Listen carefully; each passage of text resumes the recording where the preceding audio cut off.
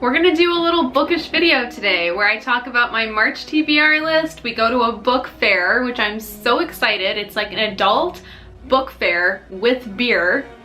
It's gonna be so fun. And then we'll do a little book haul of all the books that I get at the book fair. But I am so happy that it is finally March. Winter always feels like it is so long and dreadful, but it's a beautiful sunny day. All of the snow has melted. I'm sure here in Minnesota we'll get another round of snow before spring actually is here, but at least for today I can pretend that springtime has made it, and I am in such a great mood because of it. We have 16 books on the March TBR list, I think, which sounds like a lot because it is. I somehow read 10 books in February, so there is a chance I could get to most of these. I'm definitely a big mood reader though, so this is more of just like a mood list for March, where I feel like if I do choose a book to read, it will most likely come from this pile. As you can tell by some of these edges, we have a lot of fun books to talk about today. So let's get into my March mood pile or TBR list of all of the books that I hope to read this month in March. I just filmed my February wrap-up video as well, so definitely watch that if you haven't yet. It's a little bit of like a day in the life vlog, so there's a lot more content in there besides books, if that's not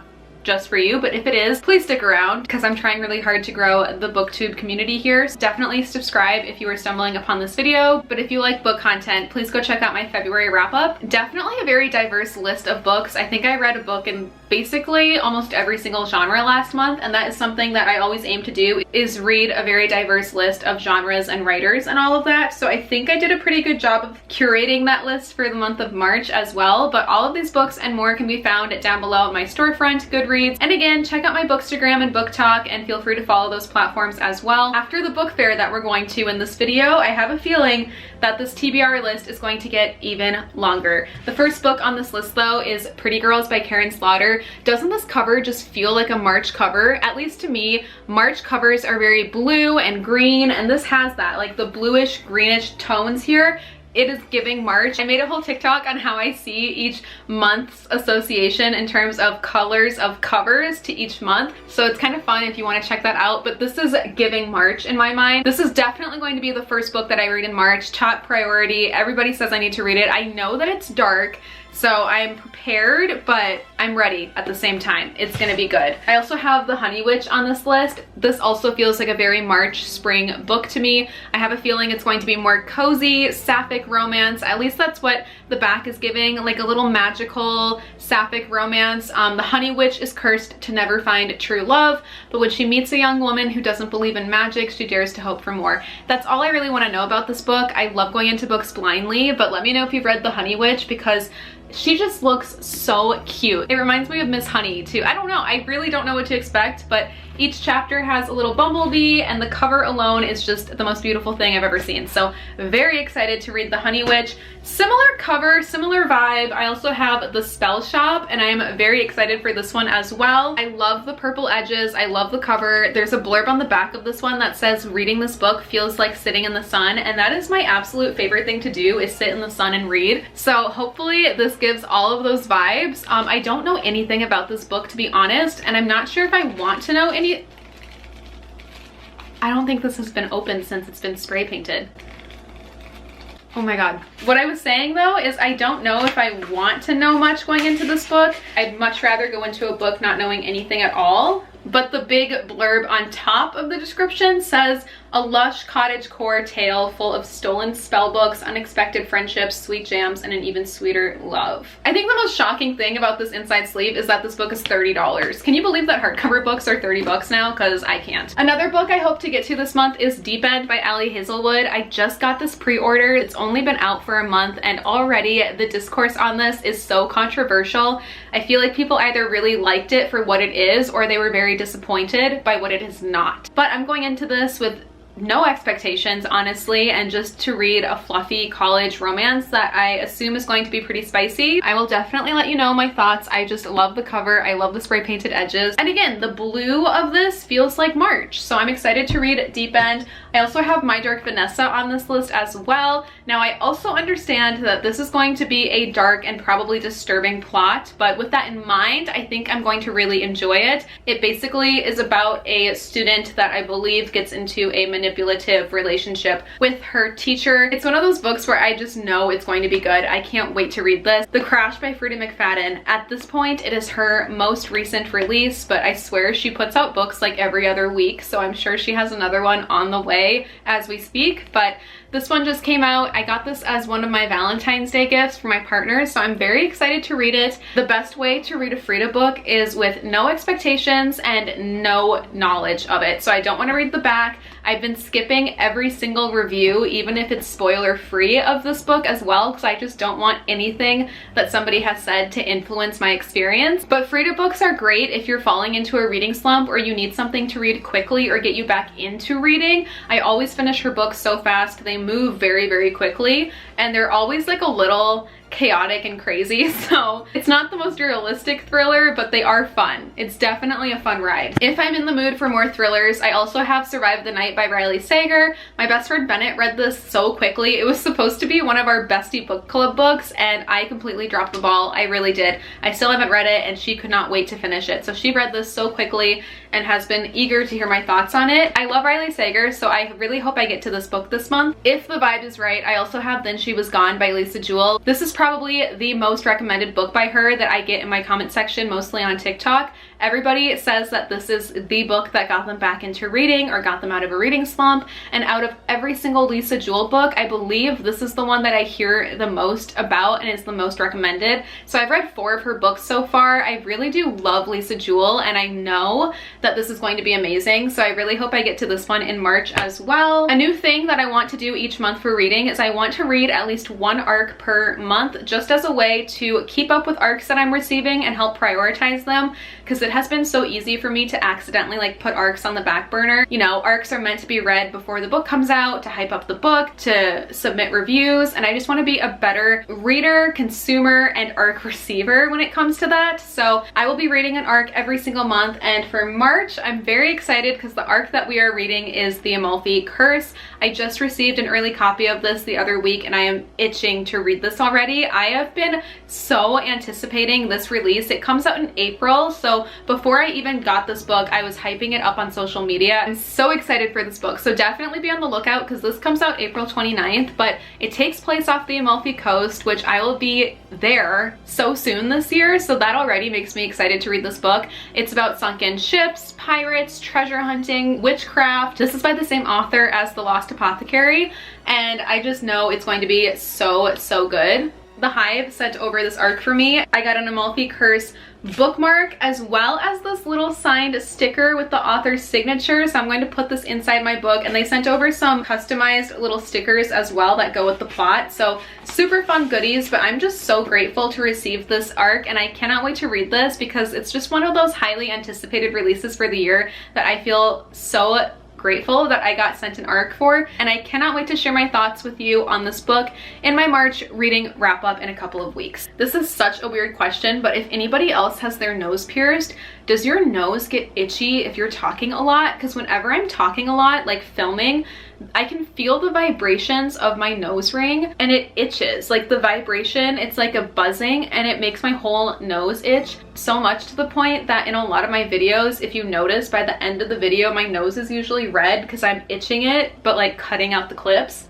It took me years to realize it's probably the metal in my nose, but let me know if anybody else understands the struggle. I've never heard anybody else talk about it before, so I'm very curious. Something else that I've never heard anybody else talk about before is Wild and Wicked Things. This is a sapphic historical fantasy, which is a genre I have no experience in. I don't think I've ever read a sapphic historical fantasy before.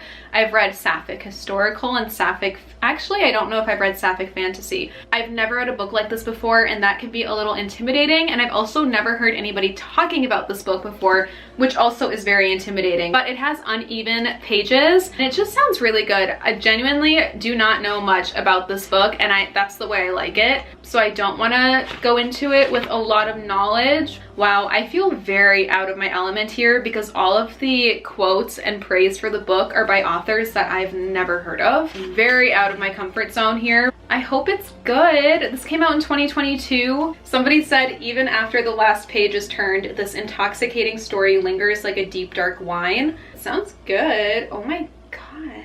Yeah, I don't know. I have no idea what this is about, but I hope I get to this in March as well. I also received an early copy of Cleavage List last month by Finny Boylan, and I'm so excited for this release, so I really hope I get to this book in March. This is more of a non-fiction take on gender and sexuality. Finny Boylan is a trans woman, and this book covers men, women, and the space between us, so I think it's going to be a pretty autobiographical non-fiction take, but I'm definitely very excited for it, and I'm so grateful that Celadon sent over an early copy, so a big thank you to Celadon here. Cannot wait to read this book. This is also one of those highly anticipated releases that I had for this year, and I'm just so happy that she's in my arms now. I also want to prioritize memoirs, so I'm making a new rule for myself to read one memoir each month, at least one memoir each month. And so far I am 2 for 2 on this rule, if you will, because I read a memoir in January and February. So for March, I think my memoir is either going to be Counting the Cost, because this has been on my TBR list for a while and I do really want to read it,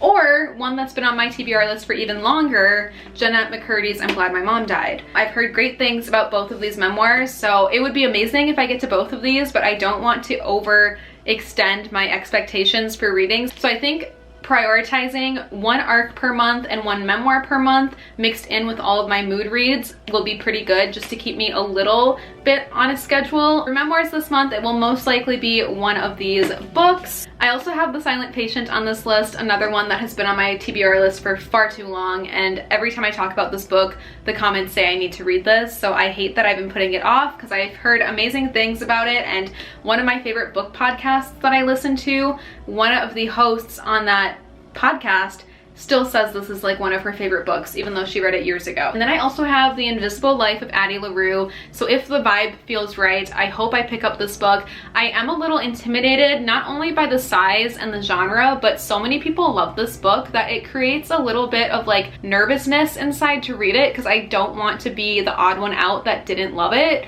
but I also feel like, okay, if this book is so good, like, I don't know. I think I'm hyping it up too much in my mind. Those are the 15 books on my radar for the month of March. Hopefully I get to the majority of these, but please let me know which ones you'd absolutely recommend I must read, which ones were your favorites, and you know, all your thoughts, which ones you think I should skip, etc. Good morning. It is the next day. It's Sunday. My mom should be here any minute, and then we are heading to our local book fair. I'm so excited. Oh my god. I will say, it's only 12:30 and I did drink a little bit last night with Ashton. We went to a restaurant nearby and had the best cocktails, but definitely feeling a little bit puffy from sleeping over at a boy's house and not doing like my typical morning skincare routine, but also drinking last night because we did go out. And I don't know if I'm going to get a beer at the brewery, but like I feel like I should to support them, but it's like 12:30, so I don't really feel like drinking, but a little buzzed book shopping does sound really nice. So I'm just waiting for my mom to get here and then we are heading out. I don't want to buy too many books, but I definitely want to show my support, so stay tuned for a book haul. I don't know how I didn't realize this. I was going through this PR box and like taking it out. There's a bottom. It's not just these 5 products. If you lift this out, there's more stuff down here. They sent this purple towel and then this really nice little baggie for products. This is so freaking nice, and I don't know what I want to do with this box yet, but I'm definitely going to use it for something. Come with me to a local Pints and Pages event, basically a local book fair where all of the independent local bookstores in my area came together.